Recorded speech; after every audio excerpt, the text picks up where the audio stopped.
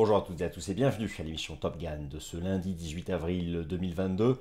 Bienvenue, bon lundi de Pâques à toutes et à tous. Indice boursier, tour d'horizon technique, panorama global macro, fondamentaux, les temps forts de la semaine. Bienvenue à l'émission Top Gun de ce lundi 18 avril 2022. C'est parti.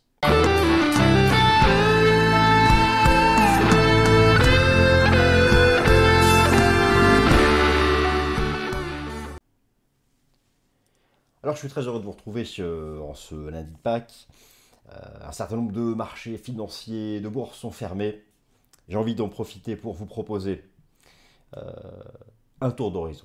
Où en sont nos indices boursiers? Où en sont les grands indices boursiers occidentaux après la chute du déclenchement de la guerre en Ukraine, le rebond et à nouveau une phase d'aversion au risque, un contexte global qui met sous pression les actifs risqués. Enfin pas tous les actifs risqués. Et l'approche sectorielle nous rappelle que certains acteurs dits défensifs en profitent, d'autres, plus cycliques, sont pénalisés. Le contexte global macro, les temps forts de la semaine, le FMI mardi, les nouvelles prévisions économiques du FMI et, vous les connaissez, je vous en ai déjà parlé, les indices PMI, Purchasing Manager Index, Purchasing Manager Index, les indices PMI Market, chaque mois en version flash. Ce sont les indicateurs macroéconomiques avancés les plus respectés par le marché. C'est vendredi qu'ils sont publiés cette semaine. Voilà donc, c'est plus ou moins le plan de cette émission, mais rassurez-vous, j'ai aussi mis à l'écrit le plan de cette émission. Nous allons donc en parler tout de suite. Alors, voilà, chers amis, mis à l'écrit donc ce que je vais vous proposer dans cette vidéo. Tour d'horizon technique des principaux indices boursiers internationaux. Oui, il y a d'abord un focus technique. Je vais vous parler de Wall Street, des indices européens, du CAC, du DAX, du SMI, du S&P. Et la Chine, je prendrai Hong Kong. Oui, car en Chine, il y a Shenzhen, Shanghai et Hong Kong. Un petit tour sur Hong Kong. Alors, la hausse des taux obligataires et l'impact sur les actions. Vous l'avez noté que le secteur tech est toujours sous pression. C'est lié à la remontée des taux d'intérêt nominaux sur tous les horizons de temps, des taux d'intérêt réels, car les taux d'intérêt réels à long terme sont repassés positifs. Je vous l'ai montré dans la vidéo de lundi dernier. Je vous invite à la revoir si cela vous intéresse, car les taux nominaux remontent plus vite que la vitesse de remontée de l'inflation. Résultat trimestriel aux États-Unis, nous en sommes en plein dedans. En plein dedans. En plein cœur. Et cette semaine, c'est Tesla, la plus grosse cap à publier. Mais j'ai aussi envie de vous parler d'autres éléments. Le marché a eu sa chute, son rebond, 50% de retracement de la chute, ça repart à la baisse. Mais il faut avoir une approche sectorielle. Certains secteurs dits défensifs, historiquement défensifs, vous les connaissez maintenant, nous en avons parlé ensemble il y a 3 semaines. Les utilities, le secteur de la santé, la consommation de base, alimentation, boisson, eh bien ces secteurs surnagent. Même certaines actions du secteur de la santé font de nouveaux records historiques. Cette semaine, j'ai envie de vous parler de cela et de vous proposer un graphique d'une action du secteur de la santé. United Health Incorporated, vous allez voir, beau graphique. Attention, je vais vous montrer surtout un support à attendre pour s'y placer. Et puis donc les temps forts de la semaine, les temps forts fondamentaux, les indices PMI Market. Vous avez, je repasse en petit écran, vous avez ici donc la liste des, je vais indiquer ça d'une meilleure façon. Voilà, vous avez ici la liste des indices que je vais couvrir. C'est parti. Alors, le contexte global macro. Les taux obligataires, la Banque Centrale Européenne, la guerre en Ukraine, le prix des matières premières à nouveau en hausse. Toutes les matières premières, que ce soit l'énergie ou les métaux précieux. Les résultats du troisième trimestre, l'aversion au risque qui se poursuit. Oui, ce sont des éléments qui impactent actuellement les marchés. Voici l'illustration. Alors, les taux obligataires. C'est un facteur fondamental majeur. Majeur. Vous les avez ici, en haut, à gauche. Tout en haut à gauche, vous avez le 10 ans américain, le 10 ans et le 30 ans US, le 10 ans allemand, le 2 ans américain. Les taux d'intérêt nominaux poursuivent leur remontée. Eu égard au resserrement monétaire, au resserrement des conditions de crédit. Ça, c'est la Fed. La BCE, elle, la semaine dernière, qu'est-ce qu'elle a dit? Elle ne monte pas ses taux et elle maintient son QE au-delà des attentes, jusqu'au troisième trimestre. Perte de crédibilité ou pas de la BCE, à votre avis? 7% d'inflation en zone euro. En Suisse, c'est moins. Je vous invite à reprendre le Fast and Forex de mercredi dernier. Mais en zone euro, c'est 7%. Et la BCE, mais elle ne peut pas remonter les taux. Elle ne peut pas car elle détruirait l'homogénéité des conditions de financement au sein des grandes économies de la zone euro. Allemagne, France, Italie, Espagne. Il ne faut pas créer de divergence. Perte de crédibilité, en tout cas, impact immédiat. Cassure en cours d'un gros support sur l'euro-dollar, c'est une zone très importante. Le dollar poursuit sa tendance haussière, les taux d'intérêt remontent encore, et le marché action, donc, est sous pression. Ça, c'est le contexte global macro. Cette semaine voit aussi la publication des résultats trimestriels, la poursuite des résultats trimestriels, le temps fort. Alors, j'ai ici sous vos yeux le classement des entreprises américaines qui publient cette semaine leurs résultats au titre du premier trimestre. Classé selon la capitalisation boursière, vous avez Tesla en numéro 1, qui pèse 1 milliard, 1000 milliards de dollars, 1000 milliards de dollars. Et j'ai ici le classement des actions américaines selon la capitalisation boursière. Alors oui, Tesla est donc numéro 4. On va regarder son graphique, mais surtout, regardez ici qui est en train de s'inviter. United Health Group Incorporated. Pardonnez-moi pour l'accent. Présente ici, dans le top 10. Mais qu'est-ce que c'est que cette action? Ce n'est pas une GAFA. C'est le secteur de la santé. Eh bien oui. Eh bien oui. J'ai ici récapitulé les 11 super secteurs. Les 11 super secteurs du S&P 500. Les 500 entreprises du S&P 500, les 500 actions du S&P 500 sont classées au sein de ces 11 super secteurs. Regardez, s'il vous plaît, la performance depuis un mois, one month change, de ces 11 super secteurs. Lesquels sont en gain? 4% de hausse pour Consumer Staples, les produits de base, la consommation de base. Qu'est-ce que c'est? Bien, chers amis, l'alimentation et les boissons, essentiellement. Mais, à votre avis, la suite? Les secteurs défensifs, rappelez-vous, nous les avons mentionnés il y a un mois ici. La santé et les utilities. Eh bien oui, il y a une très forte hiérarchie sectorielle. La santé, depuis un mois, est en hausse. L'énergie, naturellement, le prix des matières premières énergétiques. Les utilities, le secteur défensif, historique, avec un énorme H. Mais la santé, healthcare, la santé, eh bien, voilà qui explique pourquoi. Voilà qui explique pourquoi United Health Incorporated fait maintenant partie des plus importantes capitalisations boursières. Vous l'avez ici. Elle arrive au fond du top 10 et s'approche des GAFAM. Voilà donc le contexte actuel du marché.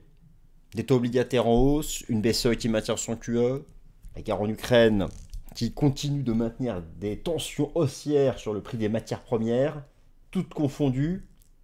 Ça, c'est le débriefing technique que je vous proposerai, mais mercredi 20 avril. Et donc, globalement, la version risque. Avec ces résultats du troisième trimestre, la semaine dernière, c'était les banques, elles ont déçu. Cette semaine, donc, Tesla. Les indices PMI pour avril 2022 et le FMI. Alors, cette semaine, vous avez deux temps forts. Au-delà de l'actualité quotidienne autour de la guerre en Ukraine, deux temps forts qui sont les nouvelles projections macroéconomiques du Fonds monétaire international mardi et les indices PMI, donc Purchasing Manager Index, pour les États-Unis, la Chine, la zone euro, vendredi. Ce sont les indicateurs économiques les plus respectés par le marché. Cela est très important pour la dynamique d'anticipation des bénéfices et donc la tendance du marché action. C'est vendredi.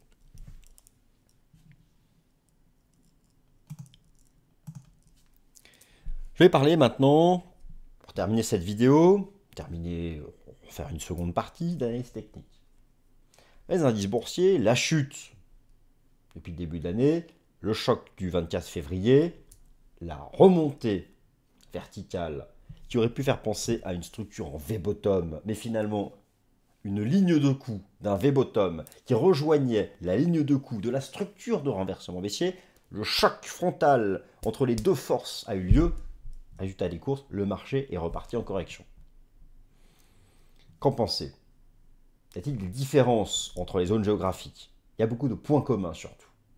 Sauf peut-être entre les Occidentaux et l'Asie, entre les Occidentaux et l'un des marchés chinois. Car oui, en Chine, vous avez les 3 grandes places boursières de Chine qui sont du nord au sud. Shanghai, Shenzhen, Hong Kong.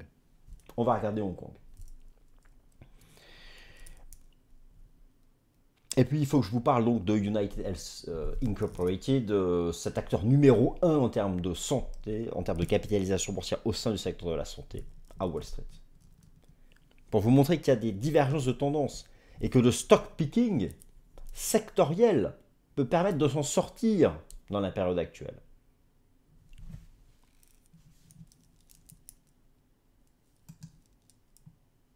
Alors, j'en viens à mes graphiques. Donc, tout d'abord, ici un récap de l'actuel classement des actions de Wall Street selon la capitalisation boursière totale. Apple, Microsoft, numéro 2, 2 milliards 6, 2 milliards, 1 milliard 6 pour Google, de son nouveau petit nom Alphabet, Amazon 1,5, Tesla, alors Tesla, 1 milliard, 1000 milliards, pardon. Donc un trillion, 1000 milliards, 1000 milliards. 1000 milliards pour Tesla, c'est cette semaine la plus importante des entreprises qui publie ses résultats trimestriels. Tesla a une importance relative. Pour quelle raison? Tesla a une importance relative. Alors vous l'avez à gauche en données hebdomadaires et à droite en données journalières. Car Tesla, au-delà d'être dans le top 5 des capitalisations boursières américaines, états-uniennes, pardon, eh bien, c'est l'action la plus tradée par les traders particuliers américains. Il s'agit du titre au sein des traders privés américains, ceux qui ont des comptes titres ordinaires pour trader. Et vous savez qu'aux États-Unis, le volume représenté par les traders privés représente un bon 40% du volume institutionnel. C'est énorme comparé au rapport relatif particulier-professionnel en Europe. C'est gigantesque aux États-Unis.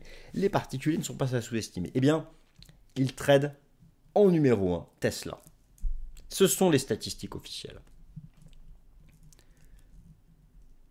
Tesla, je vous en ai parlé il y a 2 semaines, la remontée récente n'a fait que rejoindre une résistance technique et en données hebdomadaires.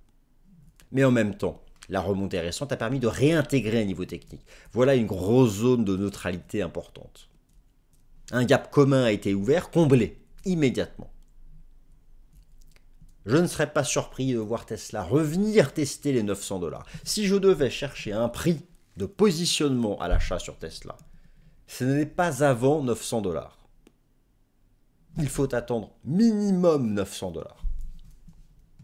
C'est une grosse zone de prix. Et je pense que le marché, il réagira à nouveau. Voilà pour le point technique avant la publication de ces résultats. Cette semaine, pas cette semaine, mais je vous ai montré tout à l'heure la hiérarchie sectorielle. Je vous remontre ici, à gauche, les 11 super secteurs du marché action américain. Le secteur de la santé sort du lot. au sein du secteur de la santé. La numéro 1 est United Health Group Incorporated. Eh bien, voilà son graphique. Oui, c'est étonnant. Vous avez à gauche les bougies japonaises en données hebdomadaires, à droite en données journalières. Nouveau record historique. Il y a, en faisant du stock picking sectoriel, si ce sont des tendances haussières que vous recherchez, il y a des tendances haussières qui restent pérennes grâce à la divergence des secteurs. Attention à court terme. Oui, elle est impressionnante, oui, elle a bien monté, mais la dernière bougie japonaise nous indique des prises de bénéfices à venir. La construction technique hebdo est propre, je ne serais pas surpris. J'envisage même avec une bonne probabilité un retour sur support. Attention donc, si vous avez profité de la hausse de ce titre, à prendre des bénéfices, car je pense que le titre, et c'est mon humble avis, et c'est ici subjectif, cette présentation est indicative, vous le savez, passe toujours à la moulinette de votre esprit très rationnel. Je pense que le marché peut se replier en direction des 500 $. C'est un bon prix d'achat. Au même titre que le sont les 900 $ en tant que support technique sur le titre Tesla. Alors, tour d'horizon technique, je vous remontre en haut à gauche l'indice S&P 500. Tout est là. Si nous devions n'en choisir qu'un, c'est lui, l'indice de référence de la finance mondiale. C'est lui. Lui et lui. Il n'y en a pas d'autre. Au sein de tous les contrats futurs tradés par la haute finance mondiale, le contrat le plus tradé est le mini-contrat S&P 500 en termes de volume. Le mini-contrat S&P 500 en termes de volume. La chute de la crise sanitaire à l'époque, la remontée folle depuis quelques mois, une figure en haut, un range, qui est peut-être une figure de distribution, et le débat du moment. La guerre en Ukraine, le 24 février, ici. Regardez en haut à gauche. Deux hypothèses s'opposent, vous le savez. Le trading range ou la gigantesque épaule, tête, épaule. Et dans ce cas baissier, le rebond vertical récent n'aurait été que la formation de l'épaule droite. Voilà qui est passionnant. N'aurait été que la formation de l'épaule droite. Et vous avez le repli récent, avec piège technique haussier, en dépassement des 4550, réintégré. Voilà où nous sommes. En fait, le marché, action, mais on peut le comprendre eu égard au contexte actuel. Qui ne peut pas le comprendre? Qui ne le comprend pas ou ne veut pas le comprendre? L'incertitude n'est pas loin de son niveau maximal depuis 60 ans pour les actifs risqués. Qui dit incertitude dit au bas mot trading range sur les marchés financiers. Et sur cet indice de référence de la finance mondiale, c'est 4550 points en résistance, 4260 en support. Et voilà dans quoi le marché pourrait rester longtemps enfermé. C'est moi, mais vous le savez, je l'ai déjà décrit. C'est le scénario que je privilégie. Le scénario du pire étant l'activation de l'épaule tête-épaule, la cassure de la ligne de coup et le retour à des niveaux 15% plus bas. Voilà où nous sommes. Voilà en tout cas l'explication technique du repli récent. C'est pareil pour le Nasdaq Composite. Le rebond récent n'a fait que revenir rechercher le point de renversement. Ici, vous avez le choc du Covid, la hausse, la figure de renversement, qui a pris la forme ici d'une épaule tête-épaule ou d'un V-top. La ligne de coup est ici. Notez le rôle superbe de la moyenne mobile à 30 semaines. En dessous, nous restons à cette phase corrective. Mais le marché a aussi tenu une grosse zone support ici. Voilà dans quel cadre il est enfermé. Voilà, ici présent, les niveaux techniques au sein duquel le Nasdaq Composite devrait, a été, avec un gros T, évoluer lors des prochaines semaines, voire mois. 12 500, 14 500. Dans le meilleur des cas. Dans le meilleur des cas.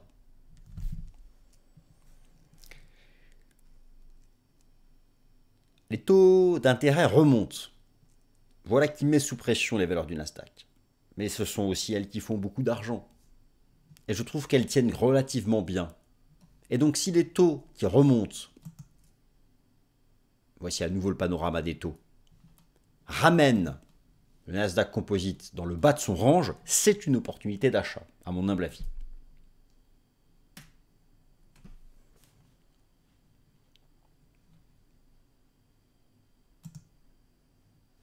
Le CAC 40, c'est la même chose.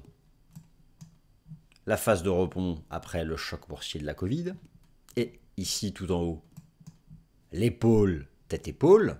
Vous la voyez ici comme moi. Et l'épaule tête. Il y a vraiment des points communs entre nos bons indices. La ligne de coup. L'activation 24 février pile poil. 24 février pile poil de la ligne de coup. La chute. Levé bottom en tentative. Retour à la ligne de coup de l'épaule tête-épaule. Pullback. Non-activation du V-bottom, mais en fait, pullback sur la ligne de coup de l'épaule tête-épaule. Sous ce niveau-là, on reste encore actif. En fait, on est aussi soutenu par les 6150 qui sont le niveau d'avant le choc boursier de Covid, le cours du CAC 40 dans cette zone, ici.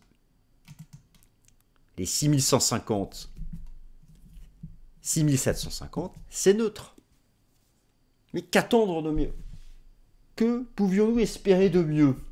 Tant que cette guerre tend à prendre un scénario noir, c'est quasiment inespéré déjà d'avoir ces trading ranges sur les indices européens et américains.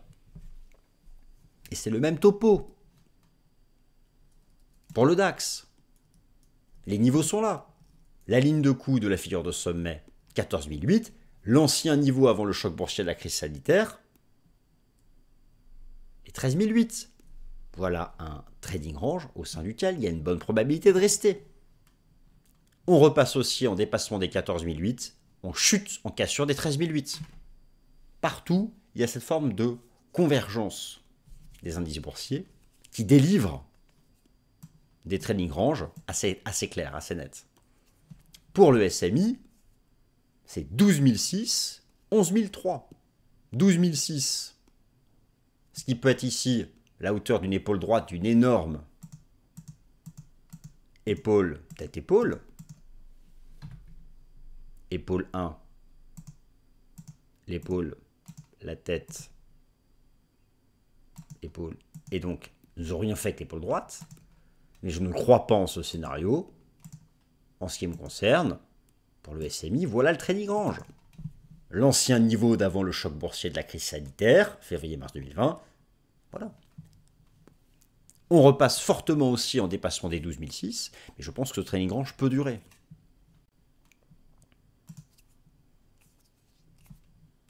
En Chine, c'est différent. Mais il y a aussi des niveaux d'activation importants. C'est différent car le contexte long terme est différent. Le marché corrige depuis longtemps et est récemment revenu sur un gros niveau moyen terme à 18 000 points. Il tente de faire une structure en V-bottom. J'y crois. Je pense que Hong Kong, Shanghai, Shenzhen ne font que retracer la phase de forte reprise depuis mi-mars. Et que derrière, il y aura un dépassement sur Hong Kong des 22 600 points, car les contextes là-bas budgétaires et monétaires est très différent.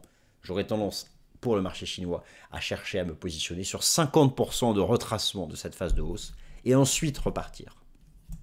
Me positionner sur 50% de retracement de cette phase de hausse,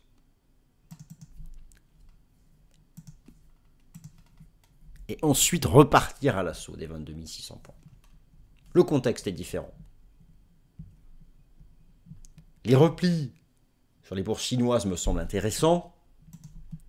Les replis, comme le repli en cours sur les bourses occidentales, me semblent être que des oscillations au sein de trading range que je viens donc de vous décrire. Voilà, chers amis, ainsi s'achève le Top Gun de ce lundi 18 avril. J'espère qu'il vous a plu. Encore une fois, un très bon lundi de Pâques à toutes et à tous. Et puis, merci de m'avoir écouté. Passez une excellente semaine.